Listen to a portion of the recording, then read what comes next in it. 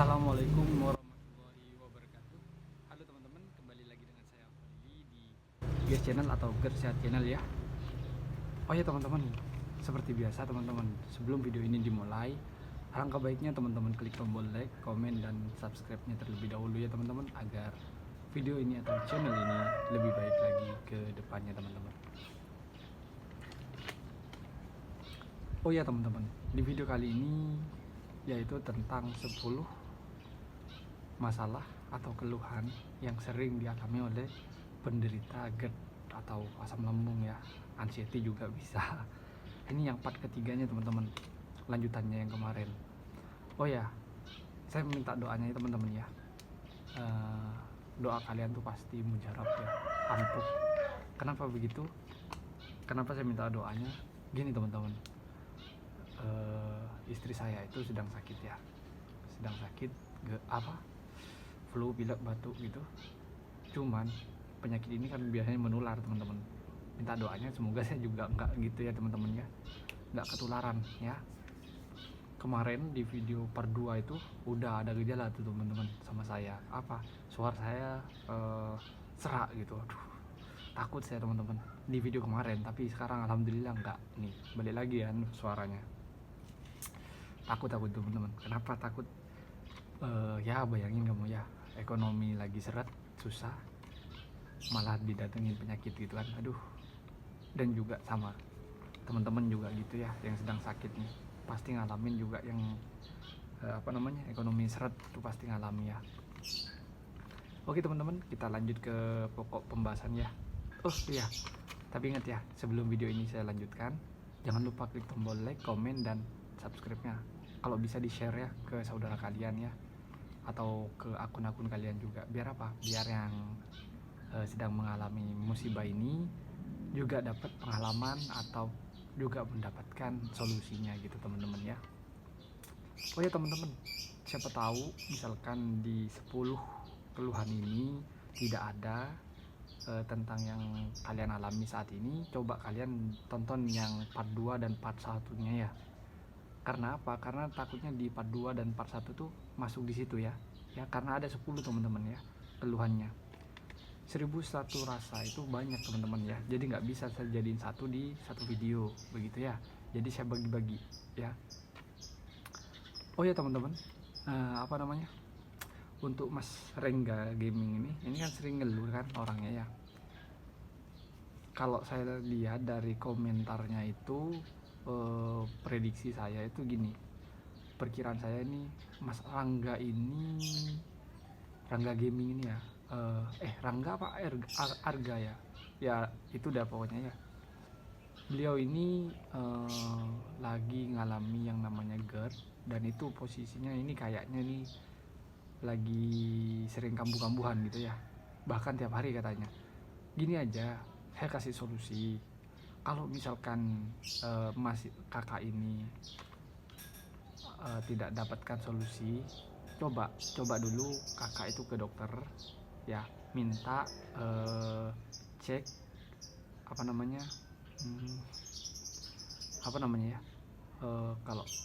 cek endoskopi. Nah, coba dulu, pastikan dulu ya. Coba kalau udah pasti endoskopi, ikut kalau udah keluar muncul hasil endoskopinya seperti apa, kakak misalkan dipastikan asam lambung ya, GERD, anxiety, itu aja. Tidak ada penyakit lain kayak diabetes, terus kayak kencing manis, batu ginjal, dan sebagainya gitu. Pasti misalkan dipastikan itu adalah GERD, anxiety, asam lambung gitu. Ikutin channel ini ya sampai habis, dari awal sampai sekarang ya. Insya Allah kakak ini akan sembuh ya. Pasti sembuh kok, yakin lah pasti sembuh, asalkan itu di seputaran GERD ya, asam lambung, GERD, anxiety, rheumatis ini ya. Tapi kalau ada penyakit lain kayak diabetes, kolesterol tinggi, dan sebagainya itu ya, kayak misalkan jantung, punya penyakit riwayat jantung gitu, saya sarankan jangan tonton video ini ya. Saya ingatkan, jangan tonton video ini. Oke, kita lanjut ke pokok pembahasannya ya sekarang ya, yaitu ada 10. Yang pertama biasanya itu sering keringat dingin teman-teman ya. Yang pertama itu sering keringat dingin. Nah, disebabkan oleh apa? Disebabkan oleh apa keringat dingin itu? Biasanya ya iritasi tersebut ya. Ya, gejala iritasi yang ada di dalam rongga tubuh kalian ini. Dari apa? Dari kerongkongan ini sampai otot esofagus, bahkan sampai di lambung kalian. Itu biasanya di situ teman-teman. Masalahnya apa? Yang bikin sering keringat dingin karena ada luka atau iritasi. Luka iritasi itu kayak apa ya? Contohnya sariawan lah, kayak gitu contohnya. Terus sering meriang. Yang kedua ya, sering meriang. Sama, efek dari mana? Dari iritasi. Meriang. Aman Kak, aman. Tunggu aja dia proses penyembuhannya. Bagaimana cara proses penyembuhannya ini yang dari iritasi ini atau sariawan ini biar sembuh? Tonton video yang kemarin tentang cara bikinnya jamu kunyit temulawak itu ya, tonton. Terus yang ketiga itu badan sering lemas. Nah, yang ketiga ini badan sering lemas itu disebabkan oleh apa? Oleh lambung yang tidak mencerna dengan baik makanan yang kalian makan. Ibaratkan baterai lowbat seperti itu teman-teman. Baterai HP yang sedang lowbat, dicas dikit penuh, dicabut ngedrop seperti itu. Ya, logikanya di situ. Lambung kalian tidak memproses dengan baik. Terus gimana solusinya? Ya solusinya tunggu aja waktunya, nanti akan membaik dengan berskala waktu gitu teman-teman. Terus yang keempat itu badan gemetar padahal nggak ada apa-apa, padahal kalian itu nggak ngelakuin kegiatan apa-apa. Misalkan duduk seperti ini, tiba-tiba gini tangannya. Nah, itu diakibatkan apa? Ya tadi itu diakibatkan oleh lambung kalian tidak 100% mencerna yang kalian makan. Tidak dijadikan tenaga sama lambungnya gitu, cuman dicerna aja gitu teman-teman. Itu yang keempat. Terus yang kelima, nah yang ini yang bikin orang anxiety-nya naik biasanya. Apa itu? Jantung berdebar-debar kayak orang yang sakit jantung. Itu yang kelima ya, jantungnya berdebar-debar. Sering biasanya. Apalagi yang masih di bawah 1 tahun ya, sakitnya maksudnya masih 8 bulan, 5 bulan, 4 bulan kayak gitu. Itu sering tuh biasanya. Kenapa? Karena ya namanya itu proses penyembuhan teman-teman. Begitu. Jadi jangan takut ya. Kalau kalian takut nih di posisi ini, maka berputar tuh nanti itu. Yang harusnya kalian harus sembuh, ada penyembuhan, larinya apa? Ke stres gitu. Dari stres jadilah asam lambungnya naik gitu. Terus tuh mutar nanti tuh gitu. Terus yang keenam, biasanya ini was-was atau parnoan ya. Yang keenam, was-was atau parnoan. Nah, ini yang bikin anxiety kalian gak hilang-hilang teman-teman. Aduh gimana ya kalau besok aku gak ada. Aduh gimana ya kalau aku gak ada yang nolong pas kambuh. Aduh gimana ya kalau misalkan baju misalnya gak ada yang nolong nanti. Gimana ya pas aku sakit, pas aku kambuh. Nah seperti itu. Ini parnoan kayak gitu teman-teman. Ya ini yang biasanya sering dialami nih. Ayo jujur kalian semua nih yang sedang mengalami nih. Ya komen ya, jangan lupa komen lah, ceritain ya, nanti saya komen juga di situ, saya balas. Terus yang ketujuh, ini susah nafas atau ngap, kayak ruangan tuh kayak sempit rasanya, kamar rumah itu kayak sempit rasanya, karena kayak terhimpit gitu rasanya ya, kayak kehabisan nafas gitu teman-teman. Nah ini kenapa misalkan kok bisa seperti itu Kak?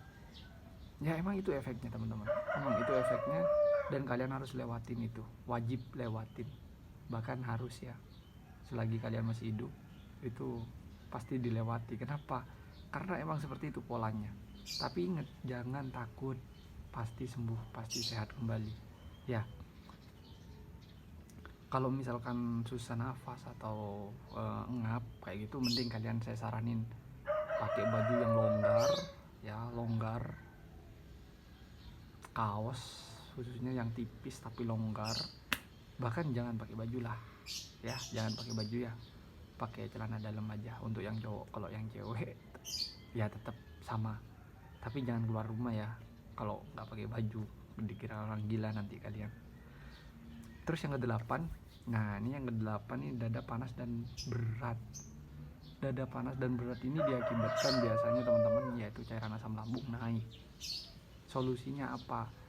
Kalau udah kayak gitu panas gitu dada, minum, coba ya, banyakin minum ya. Ya mak, minum sewajarnya sebenarnya ya, cuman sering lah minum kalian. Kan dokter nyaranin kan minimal 8 liter air, 4 liter air apa 8 liter air ya sehari. Ya itu udah kalian kerjain. Airnya tapi air hangat ya, jangan air dingin, jangan air es, atau air suhu ruangan lah cukup ya. Itu yang ke-8. Nah ini yang kemarin ada yang ditanyain sama Mas Arif, baru ingat aku, yaitu ke-9 ini, berat badan turun. Ingat Mas Arif, tidak semua orang yang berat badan turun itu tidak sakit asam lambung. Sakit asam lambung ya. Orang yang badannya turun banyak faktor gitu ya, tapi ini salah satunya juga penyebab juga ya. Ada juga keluhannya, kenapa badan saya turun misalkan ketika saya sakit ini. Sebenarnya gini teman-teman, turun dan berat badannya kalian itu cuman sewaktu-waktu itu aja, nanti balik lagi tuh ya. Paling enggak 2 bulan 3 bulan tuh turun, nanti 4 bulan 5 bulannya naik lagi, normal lagi. Itu udah hal wajar ya. Ini keluhan juga biasanya dipermasalahkan karena apa ya, balik lagi ke atas, parnoan gitu loh ya, was-was kenapa badanku turun, waduh gimana nih, seperti itu. Nah itu ya, ini keluhan itu nggak apa-apa teman-teman ya, tapi tunggulah 4 bulan 3 bulan kembali kemudian itu pasti balik lagi normal. Tenang aja, kalau kalian nggak tenang nggak akan sembuh-sembuh ya. Terus yang ke-10, berat badan naik. Nah seperti di video yang dulu yang pernah aku jelasin, yaitu tentang berat badan, aku pernah cerita tentang Mas Rio, temen sekos saya dulu, itu juga sama, sakit berat juga, tapi berat badannya dia naik. Yang awalnya dia 80 naik loh teman-teman ke 95. Bayangin ya, maklum sih orangnya tinggi besar ya, tapi berat badannya naik teman-teman. Mas Rio ini sembuh, dia sembuh, cuman ya ada waktunya teman-teman ya, proses penyembuhannya itu ada waktunya. Oke teman-teman, untuk teman-teman yang sakit asam lambung ini kan udah ke-10 ya teman-teman ya. Untuk yang sakit asam lambung ini saya doain sekalian semoga cepat sembuh ya, cepat bisa beraktivitas kembali, tetap semangat ya, jangan lupa berdoa sama yang kuasa teman-teman. Oke teman-teman, videonya semoga bermanfaat ya. Saya akhiri videonya sampai di sini saja. Saya Holili, assalamualaikum warahmatullahi wabarakatuh. Bye bye.